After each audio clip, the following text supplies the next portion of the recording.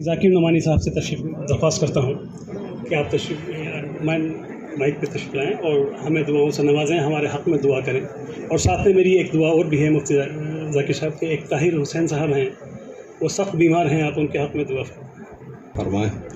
السلام علیکم ورحمۃ اللہ وبرکاتہ۔ بسم اللہ الرحمن الرحیم۔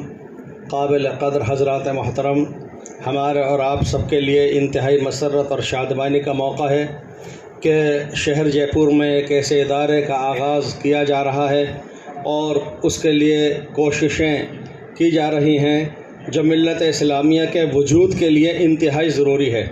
جناب رسالت مآب علیہ السلام نے دار ارقم کو پہلے وجود بخشا۔ یہ بتلا دیا گیا کہ ملت کی کامیابی و کامرانی درسگاہ کے ذریعے ہوتی ہے، علم کے ذریعے ہوتی ہے۔ جب جس موسم میں، جس زمانے میں، جس علاقے میں جتنے علم کی ضرورت تھی دینی دنیاوی اعتبار سے، وہ وہاں پر فراہم کی جا رہی تھی۔ بات آگے بڑھتی گئی اور آبادیاں بڑھی، ممالک فتح ہوئے، اس اعتبار سے علم عصری کو بھی شامل کیا گیا۔ بغداد اس کا نمونہ ہے، دمشق اس کا نمونہ ہے۔ ابھی ایک بات یہاں سنی گئی کہ شہر جے پور کے چار دیواری کے اندر ماشاءاللہ بہت بڑی تعداد ہے، لیکن اللہ رب العزت نے اس مقام کو اس کام اور مقصد کے لیے منتخب فرما لیا کہ ایک ایسا ادارہ وجود میں آ رہا ہے جو شہر کے لیے، چار دیواری کے لیے بھی قابل رشک نمونہ ہے۔ اسی بات کو سامنے رکھتے ہوئے میں یہ عرض کر رہا ہوں، اس وقت میرے ذہن میں یہی تاریخی باتیں آئی تھیں کہ بغداد سے اور دمشق سے وہ عباسیہ دور کے اندر، اموی دور کے اندر، وہ علم کے اعتبار سے، سائنسی اعتبار سے وہ چیزیں، ایجادات وجود میں نہیں آئی تھیں جو اندلس میں، اسپین میں رہتے ہوئے وہاں کے حکمرانوں نے علماء کو، اطباء کو ساتھ لے کر کے انجام دے لی تھی۔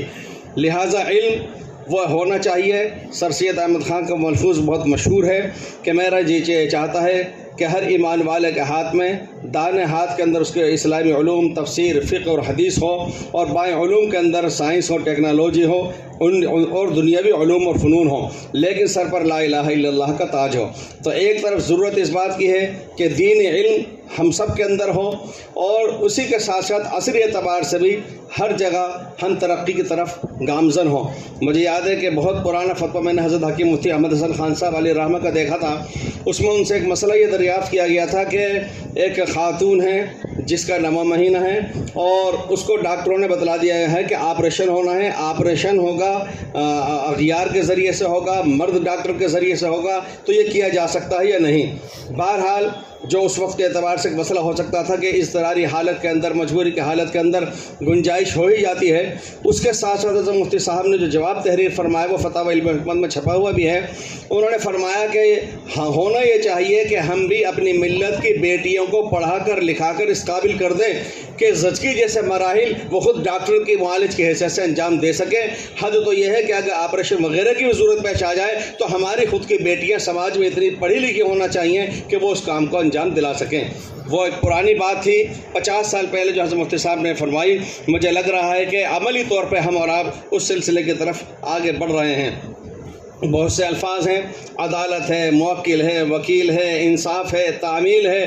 یہ وہ الفاظ ہیں جو ہمیں آپ کو یہ بتلا رہے ہیں کہ یہ چیزیں بھی مسلمان اپنے درسگاہوں میں شامل رکھتے رہے ہیں۔ عدالتیں وہاں سے چلا کرتی تھیں، انصاف کے فیصلے وہاں سے ہوا کرتے تھے، تعمیلیں وہاں ہوا کرتی تھیں، کوئی ضلع کہلاتا تھا، کوئی تحصیل کہلاتا تھا، کوئی صدر کہلاتا تھا۔ یہ الفاظ، حروف بھی یہ بتلا رہے ہیں کہ اس زمانے کے اندر جب کالجز نہیں ہوا کرتے تھے، یونیورسٹیز نہیں ہوا کرتی تھی، ایک درسگاہ اور دانشگاہ اور مدرسے ہوا کرتے تھے، وہاں سے ہر قسم کی تعلیم سے آراستہ و پیراستہ کیا جاتا تھا، اور وہاں سے نکلنے والے وہ ملت کے اور امت کے سارے کاموں کو حل کر لیا کرتے تھے۔ اور آخر کے اندر ایک یہ بات بھی عرض کرنا چاہتا ہوں کہ یہاں الحمدللہ جو جامعیت، اجتماعیت، ملن ساری، محبت، یگانگت، اتفاق اور اتحاد کا خوشگوار ماحول دیکھنے کو مل رہا ہے۔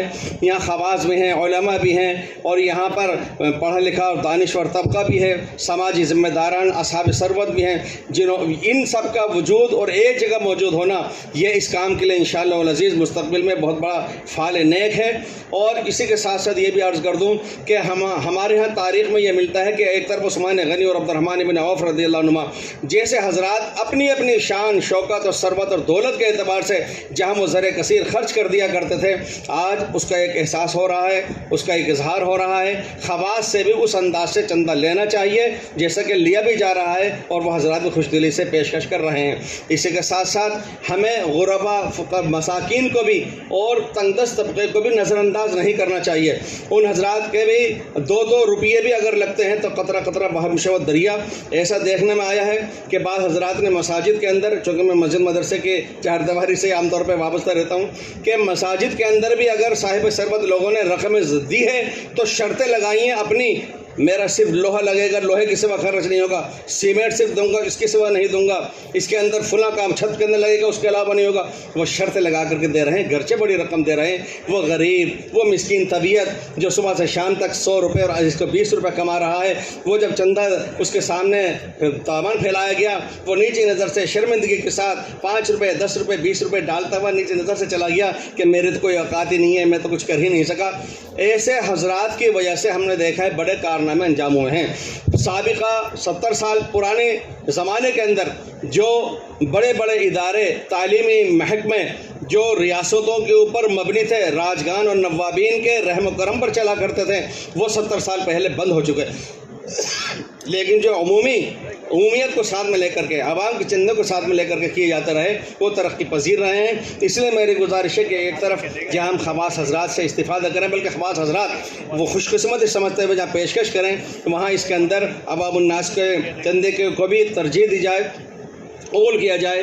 اور آخر کے اندر بالکل ایک گزارش یہ کر دینا چاہتا ہوں کہ تعلیم اس زمانے میں بہتوں کے اندر ہے، یورپ کے اندر بھی ہے۔ میں نے ایک موقع پہ پڑھا تھا، ایک بہت بڑے جہاں دیدہ شخصیت جو خود انگریزی کے اندر بھی تفسیر لکھ چکے ہیں، اردو میں بھی لکھ چکے ہیں، عربی کے اندر کتابیں لکھ چکے ہیں، انہوں نے اپنا چشمدید واقعہ یہ لکھا ہے کہ اگر امریکہ کے اندر 2 گھنٹے کے لیے لائٹ چلی اور پہلے سے معلوم ہو جائے کہ اس 2 گھنٹے میں لائٹ نہیں رہے گی، پتہ چل جائے گا کہ کتنے جرائم وہاں پر پیش آ جاتے ہیں۔ اس کا مطلب یہ نہیں ہے کہ تہذیب اور علم نے ان کو جرائم سے روک دیا، ان کی مجبوری ہے، وہ ان کے کیمرے ہیں، ان کے پکڑ ہے، اس کی وجہ سے وہ رکے ہوئے ہیں۔ ہمیں یہ چاہیے کہ ہم تعلیم کے ساتھ ساتھ تربیت کا وہ ماحول بنائیں کہ اگر ایک بہت بڑا انجینئر، بہت بڑا اگر کوئی پل بناتا ہے تو وہ ذرا میں ڈہ نہ جائے، کوئی سڑک بناتا ہے تو بارش کے اندر وہ بہہ نہ جائے، اگر وہ کوئی بلڈنگ تیار کرتا ہے تو وہ ختم نہ ہو جائے، اگر وہ ڈاکٹر بنتا ہے تو بلا وجہ کوئی چہرہ پھاڑی نہ کر دے، وغیرہ وغیرہ۔ اس کو اپنا ہر طبقے کے اندر، ہر شعبے کے اندر قیاس کر کے دیکھ سکتے ہیں۔ تو جہاں علم کا ہے وہ تعلیم کے ساتھ تربیت بھی ہو۔ پاک پروردگار عالم ان مسائی جمیلہ کو اور حضرات کی کاوشوں کو اپنی بارگاہ عالی میں قبول فرمائے۔ وآخر دعوانا ان الحمد للہ رب العالمین۔